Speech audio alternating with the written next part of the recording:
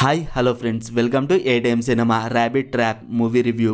ఈ వీడియోని ఒక లైక్ చేసి కొత్తగా వచ్చిన వాళ్ళైతే మన ఛానల్ని సబ్స్క్రైబ్ చేసుకోండి ఫ్రెండ్స్. మూవీ రన్ టైం వచ్చేసి 1 hour 28 minutes ఉంది. ఇది ఒక different psychological thriller movie. Telugu dubbing అయితే బాగుంది. మూవీలో సినిమాటోగ్రఫీ అండ్ సౌండ్ డిజైనింగ్ చాలా బాగుంది. ఎడిటింగ్ కూడా బాగుంది. ఇది ఒక different concept movie.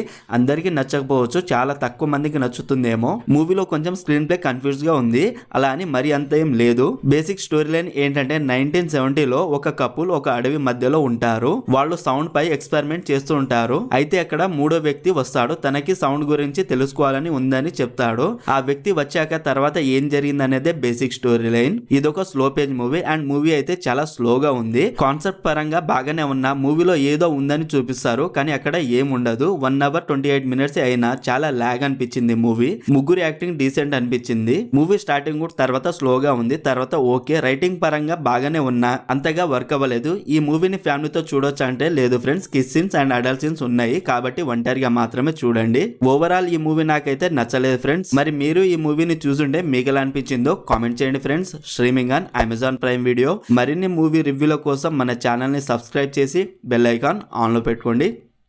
Thank you.